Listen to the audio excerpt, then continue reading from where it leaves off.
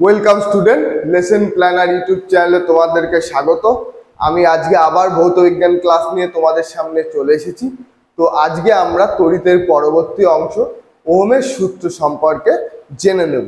এই সূত্রটা কিন্তু খুবই গুরুত্বপূর্ণ এবং বিজ্ঞানী ওহমের এই তড়িৎ সংক্রান্ত সূত্রটা আমাদের অনেক অঙ্কের কাজে লাগবে। এই সূত্র থেকে আমরা রোধ সম্পর্কে জানতে পারি। তো চলো সূত্রটা সম্পর্কে জেনে নিই। ধরো একটা তড়িৎ বর্তনী, তার এ একটা বিন্দু, বি একটা বিন্দু।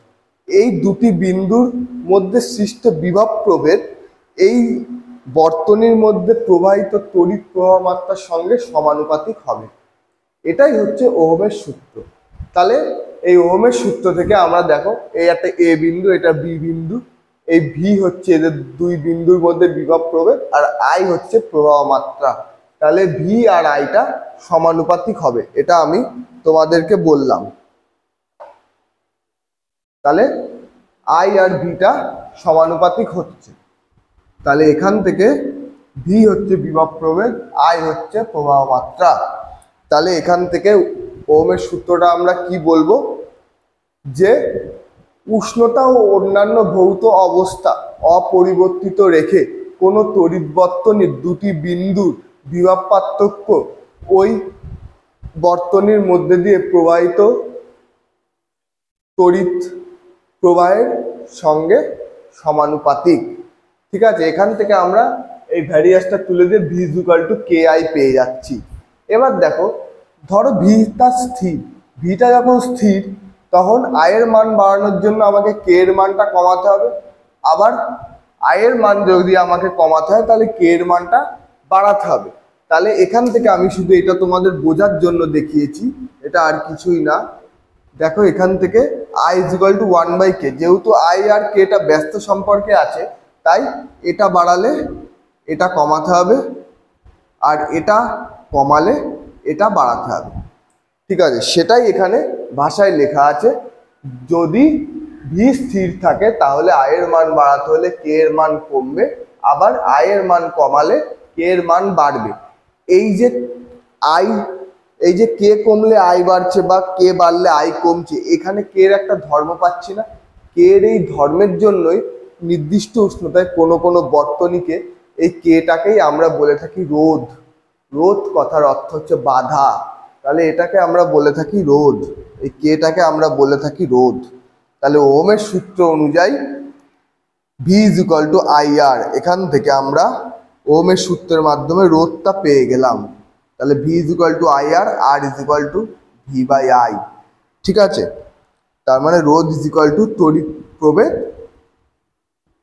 বিভব প্রভেদ আর তড়িৎ প্রবাহ মাত্রা।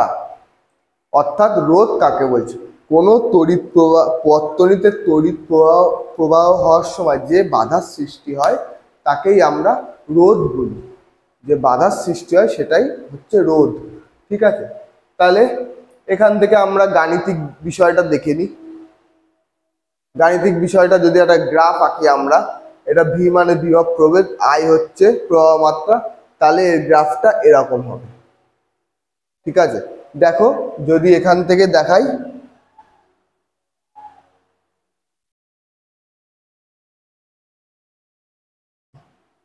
দেখো এই বিন্দুতে বিভব প্রভেদ এইটার সাথে সমান। ঠিক আছে, ঠিক এই বিন্দুতে এইটা একটু দাগ ছোট বড় হয়েছে, সেটা আলাদা বিষয়। এইটা এর থেকে এইটা, তার মানে এই দিকে বাড়ছে যখন এইদিকেও বাড়ছে, তার মানে ভি ভ্যারিয়াস টু আই এর গাণিতিক গ্রাফটা এই রকম হবে। এই হচ্ছে গাণিতিক গ্রাফ। তুমি আইটা এখানে দাও বা এখানে দাও, কিংবা ভিটা এখানে দাও বা এখানে দাও, গ্রাফের কোনো পরিবর্তন হবে না, গ্রাফটা এইরকমই থাকবে। তাহলে এটা হচ্ছে ওহমের সূত্রের ভি ভার্সেস আই গ্রাফ। ঠিক আছে, এটা পরীক্ষায় আসতে পারে, এটা একটু দেখে রেখো। ঠিক আছে, তো এইবার চলে আসছি আমরা এককে। আমাদের তোমার একক, কিসের একক, কিসের একক, আমরা ভি বিভব পার্থক্য, ভি এর একক আমরা জানি ভোল্ট। তড়িৎ প্রবাহ মাত্রা আই, আই এর একক আমরা জানি অ্যাম্পিয়ার। তাহলে আমরা জানি না এখানে রোধের একক, তাই আমরা এখানে জেনে নেব রোধের এককটা কি। এই রোধের একক হচ্ছে ওহম। এই ওহম মানে 1 ভোল্ট বাই 1 অ্যাম্পিয়ার। যেহেতু এখান থেকে আমরা পাচ্ছি ভি বাই আই, তাহলে এটা বিভব প্রভেদ ভোল্ট আর এটাই অ্যাম্পিয়ারে, সেই জন্য এটা 1 ভোল্ট বাই 1 অ্যাম্পিয়ার, 1 ওহম সমান সমান। তাহলে ওই ওহম চিহ্নটা এরকম লেখে, এটা হচ্ছে ভি বাই এ, এটা এককের গাণিতিক রূপটা লিখে দিয়েছি, এটা কোনো সমীকরণ বা কিছু না। ঠিক আছে, তাহলে 1 ওহম কাকে বলে? তাহলে কোনো তড়িৎ বর্তনীতে তড়িৎ দুটো বিপরীত বিন্দুতে 1 ভোল্ট বিভব পার্থক্য সৃষ্টি হলে তাদের মধ্যে দিয়ে যদি 1 অ্যাম্পিয়ার তড়িৎ প্রবাহিত হয়, তখন তাকে আমরা বলে ফেলবো 1 ওহম। ঠিক আছে, আর রোধ আমরা একটু আগেই বলেছি যে কোনো তড়িৎ বর্তনীতে তড়িৎ প্রবাহিতর সময় যে বাধা পায় সেটাই হচ্ছে রোধ। তাহলে এখানে আমরা ওহম জানলাম, রোধ জানলাম, রোধের একক ওহম সেটা জানলাম, ওহমের সূত্রটা জানলাম, ওহমের সূত্রের ব্যাখ্যাটা আমরা করলাম, এই ওহমের সূত্র থেকে কিভাবে আমরা রোধ পাচ্ছি সেটাও জানলাম। ঠিক আছে, আর এই ফর্মুলাটা দিয়ে আমরা অনেক অঙ্কও করব। V is equal to IR, এটা কিন্তু খুব ইম্পর্টেন্ট একটা ফর্মুলা। আগের দিন যেমন তড়িৎ প্রবাহ মাত্রার সূত্রটা বলেছিলাম, সেটা দিয়ে যেমন অঙ্ক করিয়েছিলাম খুব ইম্পর্টেন্ট, তেমন এটাও কিন্তু খুব ইম্পর্টেন্ট। ঠিক আছে, ফলে আশা করছি তোমরা বুঝতে পেরেছো। ঠিক আছে, তাহলে ওহমের সূত্র, এই দুটো বিন্দুর বিভব প্রভেদ এই প্রবাহিত তড়িতের প্রবাহ মাত্রার সঙ্গে সমানুপাতিক।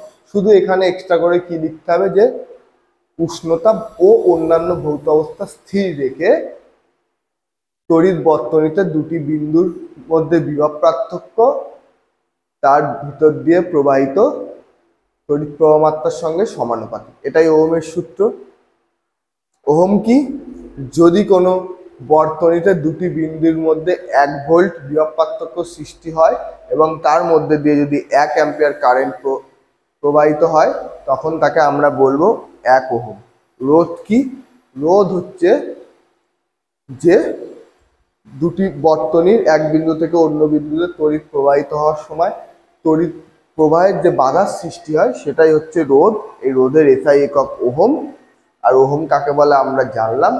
আর একটা ছোট্ট জিনিস, যে যদি ভোল্টেজটা মানে এই ভিটা স্থির রাখা হয়, তাহলে প্রবাহ মাত্রা কমাতে বা বাড়াতে আমরা পরিবর্তনীয় রোধ ব্যবহার করে থাকি।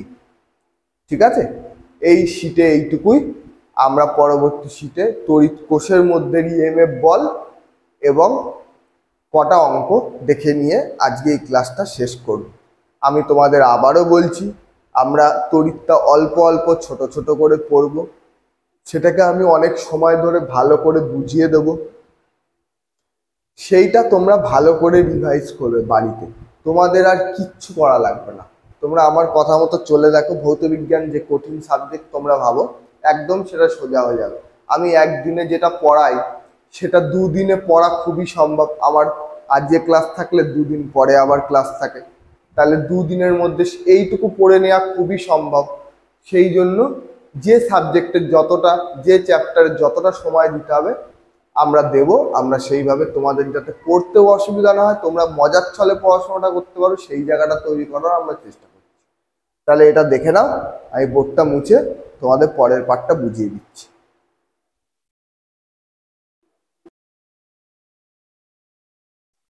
তো চলো দেখে নি পরবর্তী অংশটুকু। এইটা দেখার পরে আমরা কয়েকটা অঙ্ক করব। ঠিক আছে, তো ইএমএফ এবং কোষের অভ্যন্তরীণ রোধ সেটা আমরা দেখে নিই। এটা একটা তড়িৎ কোষ, এটা এ বিন্দু বি বিন্দু, আরটা হচ্ছে রোধ, এ আই হচ্ছে প্রবাহ মাত্রা, ইটা ইএমএফ বল বা তড়িৎচালক বল, আর আরটা হচ্ছে অভ্যন্তরীণ রোধ মানে এই বর্তনীর অভ্যন্তরীণ রোধ। তাহলে দেখো এইখানে এ বি বিন্দু আর রোধে সংযুক্ত আছে। ঠিক আছে, এবং এদের তড়িৎচালক বল হচ্ছে ই। ঠিক আছে, দেখো এখানে লিখেছি এ ও বি বিন্দুর মধ্যে আর রোধ সংযুক্ত আছে, সংযুক্ত তড়িৎ কোষের তড়িৎচালক বল ই। ঠিক আছে, পজিটিভ মেরুর সঙ্গে এ বিন্দু এবং নেগেটিভ মেরুর সঙ্গে বি বিন্দু যুক্ত। ঠিক আছে, আর সম্পূর্ণ তড়িৎ বর্তনীতে প্রবাহমাত্রা আই, আর এই আই আর রোধের মধ্যে দিয়ে এ থেকে বি বিন্দুতে প্রবাহিত হচ্ছে, আর নেগেটিভ থেকে পজিটিভে তোমার তড়িৎ আধান পরিবাহিত হচ্ছে। ঠিক আছে, এখানে সেটাই লিখেছি সম্পূর্ণ বর্তনীর এই যে পজিটিভ মেরুর সঙ্গে এ, দেখো পজিটিভের সাথে এ, নেগেটিভ মেরুর সাথে বি যুক্ত আছে, সম্পূর্ণ বর্তনীর প্রবাহমাত্রা আই, আর রোধের মধ্যে দিয়ে এ থেকে বি বিন্দুতে এই যে আই, এ থেকে বি বিন্দুতে আর রোধের মধ্যে দিয়ে ও তড়িৎ কোষের নেগেটিভ থেকে পজিটিভ দিকে চলছে, তড়িৎ কোষের নেগেটিভ থেকে পজিটিভ দিকে চলছে। তোমাদের আগের দিনে আমি বলেছিলাম প্রবাহমাত্রা যেদিকে চলে ইলেকট্রন ঠিক তার উল্টো দিকে প্রবাহিত হয়, বিপরীত দিকে প্রবাহিত হয়, এখানেও সেই কথাটাই বলা আছে। ঠিক আছে, এইবার এই তড়িৎ প্রবাহ চলাকালীন যে বাধার সৃষ্টি হচ্ছে সেটাই আমরা বলছি তোমার কোষের অভ্যন্তরীণ রোধ।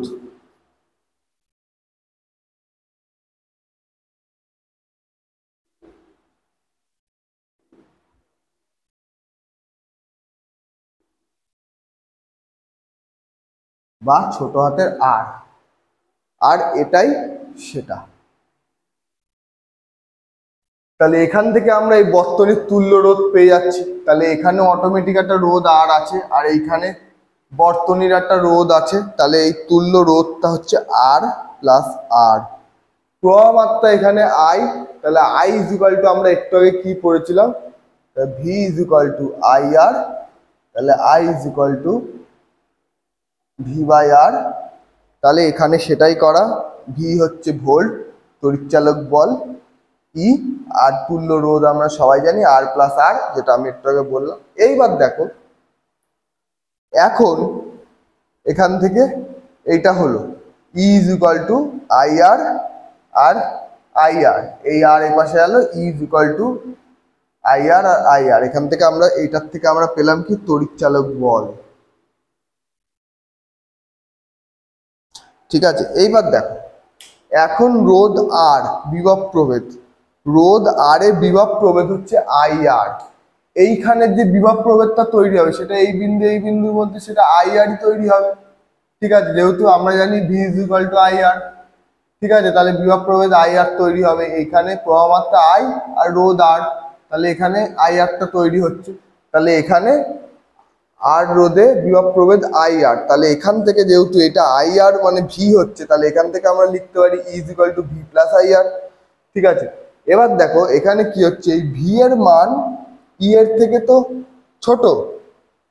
ঠিক আছে, এই ভি এর মান ই এর থেকে ছোট, তাহলে অর্থাৎ কোষের সমগ্র তড়িৎচালক বল বর্তনীতে বিভব প্রভেদ হিসেবে পাওয়া যায় না। তাহলে একটা তড়িৎচালক বল যতটা হবে ততটা বর্তনীতে বিভব প্রভেদ হিসেবে পাওয়া যাচ্ছে না, অর্থাৎ তড়িৎচালক বলটা বিভব পার্থক্যের তুলনায় কম না বেশি হয়ে যাচ্ছে। এই বিভব যেহেতু তোমার ভি এখানে এর সাথে যুক্ত আছে, এই যে ভি প্লাস আই আর, তাহলে ভি এর মান ই এর থেকে ছোট হয়ে যাচ্ছে, ফলে যে তড়িৎচালক বলটা আমরা পাঠাচ্ছি সেটা সমগ্র বহির্বর্তনীতে কাজ করছে না, এই জন্য আমরা এইটা বলছি। ঠিক সেইভাবে যদি এখানে আর 0 হয় তবে মুক্ত বর্তনীতে ই ইজ ইকুয়াল টু আই ছোট হাতের আর। এইটা তোমাদের তড়িৎ কোষের রোধ, এইটা তোমাদের আমি মেন ব্যাখ্যাটা বোঝালাম। সংজ্ঞা লেখার সময় তোমরা লিখবে একটি তড়িৎ কোষের নেগেটিভ বিন্দু থেকে পজিটিভ তড়িৎদ্বারে, বিন্দু তড়িৎদ্বার যদি তোমরা বলো, একটি কোষের তড়িৎ কোষের মধ্যে নেগেটিভ তড়িৎদ্বার থেকে পজিটিভ তড়িৎদ্বারে এক একক আধানকে তড়িৎ ভিন্ন সংস্থা দ্বারা নিয়ে আসতে যত পরিমাণ কার্য করতে হয় সেটাই হচ্ছে ওই তড়িৎ কোষের অভ্যন্তরীণ রোধ। ঠিক আছে, এটাই হচ্ছে অভ্যন্তরীণ রোধের সংজ্ঞা। আমি তোমাদের এর ব্যাখ্যাটা এখানে লিখে বোর্ডে ভালো করে বুঝিয়ে দিলাম, এখান থেকে বেশি কিছু আসবে না, সংজ্ঞাটা শুধু দেখে নেবে, আর ইম্পর্টেন্ট কিছু নেই। তাহলে এইটা দেখে নাও। এবার আমরা আচ্ছা এই জায়গাটা আরেকবার বলছি। তাহলে তাহলে তুল্য রোধ হচ্ছে আর প্লাস আর, ঠিক আছে? এই আর আর এই আর দুটো রোধ পাচ্ছি আর প্লাস আর। এবার দেখো এই এ বি বিন্দুতে বিভব পার্থক্য ভি, ভি মানে আই আর হচ্ছে, কারণ আই হচ্ছে প্রবাহ মাত্রা, আর হচ্ছে রোধ। তাহলে এখান থেকে আই আর পাচ্ছি, আর এখান থেকে দেখো প্রবাহ মাত্রা আই ইজ ইকুয়াল টু যেটা পেয়েছি ই প্লাস আর। এখান থেকে কোনাকুনি গুণ করে এই সমীকরণটা পেলাম। এইবার এইখানে যেহেতু এইটা হচ্ছে, তাহলে এখান থেকে আমরা বলতে পারি ভি ইজ ইকুয়াল টু মানে E is equal to V plus I R. তাহলে E is equal to V plus I R. তাহলে দেখো এই ভিটা ই এর থেকে ছোট হয়ে যাচ্ছে, ফলে এই যে তড়িৎচালক বলটা ব্যবহৃত হচ্ছে সেইটা পুরোপুরি বহির্বর্তনীতে কাজ হচ্ছে না। যে বলটা আমরা প্রয়োগ করছি সেটা পুরো কাজ হচ্ছে না, সেই জন্যই তোমার এইটা হচ্ছে যে বহির্বর্তনীতে বিভব প্রদত্ত পাওয়া যাচ্ছে না। তার কারণই এইটা, যেহেতু ই এর মানটা ভি এর থেকে কম, ভি এর মানটা ই এর থেকে কম হচ্ছে বলে আমরা পুরো কার্যটা কাজে লাগাতে পারছি না। আর এখানেই যদি এই ভি এর মধ্যে আই আর, তাহলে এই আরটা যদি 0 হয় তাহলে মুক্ত বর্তনীতে ই ইজ ইকুয়াল টু আই ছোট হাতের আর হয়ে যাচ্ছে, সেটাই এখানে লিখেছি। তাহলে এখান থেকেই আমরা বলতে পারি যে কোনো তড়িৎ কোষের নেগেটিভ তড়িৎদ্বার থেকে পজিটিভ তড়িৎদ্বারে 1 একক পজিটিভ আধানকে তড়িৎ ভিন্ন সংস্থার মাধ্যমে আনতে গেলে যতটা পরিমাণ কার্য করতে হয় সেটাই হচ্ছে তড়িৎ কোষের অভ্যন্তরীণ রোধ। এটা ছোট আর দিয়ে আমরা ডিনোট করি। তাহলে আশা করছি আমি তোমাদের বোঝাতে পারলাম। এরপরে আমরা কয়েকটা অঙ্ক করে আজকের পড়াটা শেষ করবো, তাই এটা একটু দেখে নাও।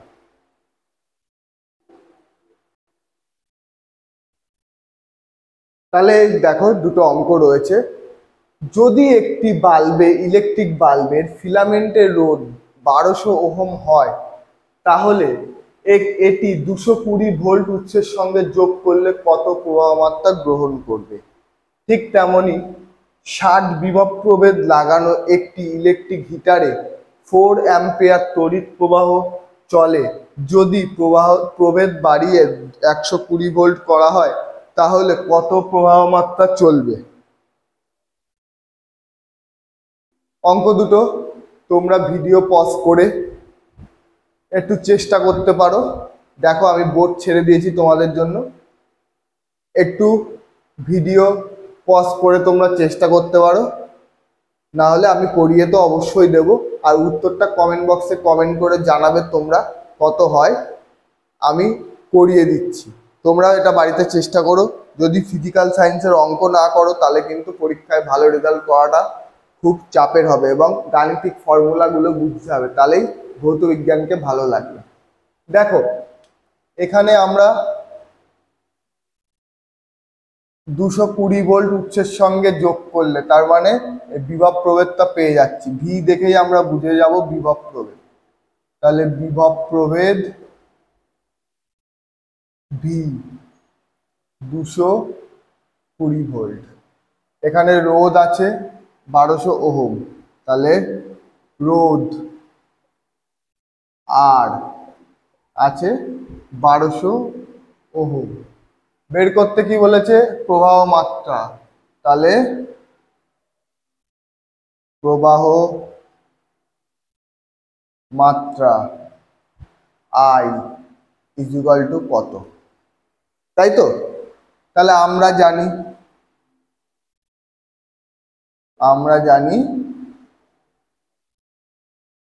I is equal to V R. এই সূত্রে এটা আমরা জানি, এই সূত্রটা। তাহলে এখানে দেখো ভি আছে আর আছে, তাহলে আই বের করতে হবে, এটাই তো প্রবাহ মাত্রা। তাহলে আই সমান সমান কিচ্ছু না, ভি হচ্ছে 220 আর 1200 গুণ করলাম। আয়ের প্রবাহ মাত্রার একক কি? অ্যাম্পিয়ার।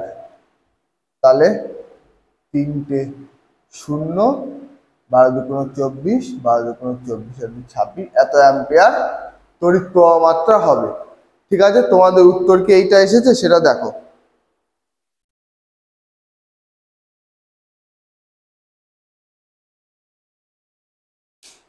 তোমাদের উত্তর এটা এসেছে?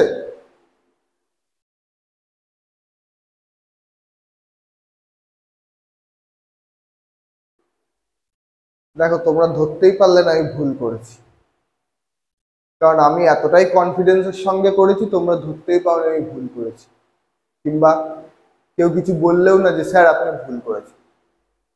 ভুলটা কোথায় হয়েছে তোমরা এখন দেখতে পাচ্ছ। আচ্ছা, I is equal to V R না V is equal to I R? তাহলে এখানে হবে V is equal to I R. এইবার আই বের করতে হবে, তাহলে I is equal to V by R. তাহলে এখানে পুরোটাই মুছতে হবে আমাদের।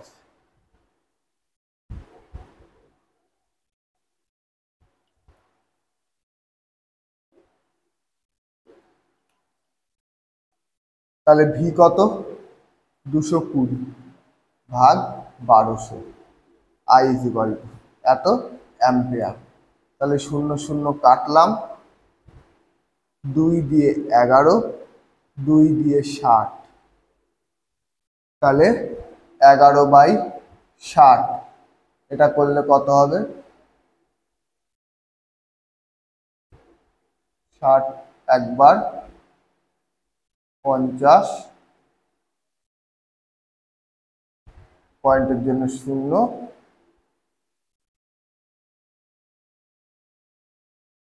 6 48, 480, 20, পয়েন্টের জন্য 0, 200, 3 6 18 নিয়ে 200 চলতেই থাকবে। তাহলে এখানে উত্তর আসছে 0.183 অ্যাম্পিয়ার। এখানে ডট দিয়েছি কেন? 3333 চলবে তাই, তোমরা এটা না দিলেও তোমাদের উত্তর ঠিক আছে। তাহলে 1.83 অ্যাম্পিয়ার।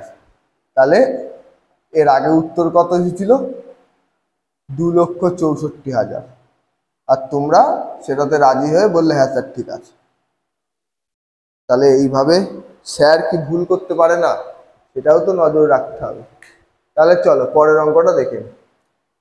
60 ভোল্ট বিভব প্রভেদে লাগানো একটি ইলেকট্রিক হিটারে 4 অ্যাম্পিয়ার তড়িৎ প্রবাহ চলে।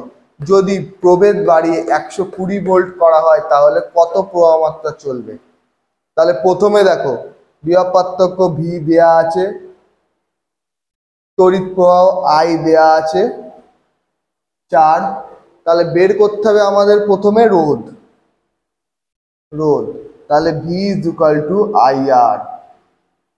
তাহলে এখান থেকে আর কত হচ্ছে? V by I. তাহলে ভি বাই আই কত? 60/4, তার মানে 15 ওহম, তাই তো 15 ওহম। এবার দ্বিতীয়বার বলেছে যদি প্রভেদ বাড়িয়ে 120 ভোল্ট করা হয় তাহলে প্রবাহ মাত্রা কত হবে? তাহলে দ্বিতীয় ক্ষেত্রে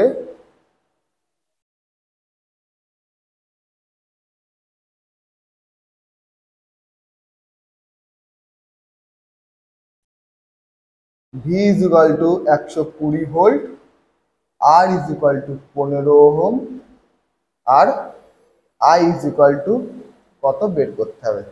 তাহলে V is equal to I R. তাহলে I is equal to V by R. তাহলে ভি এখানে 120 আর 15 দিয়ে 120 8 বার যায়, 8 অ্যাম্পিয়ার।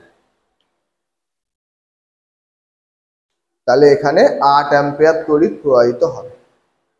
দেখো এটাই কোনো ভুল আছে? দেখতে পাচ্ছ কিছু ভুল? দেখো ভালো করে দেখে নাও। না, এখানে সব ঠিক আছে। V is equal to I R ই লেখা হয়েছে, আর সমান সমান ভি বাই আই লেখা হয়েছে। 15 ওহম প্রথমে রোধ বেরিয়ে গেল।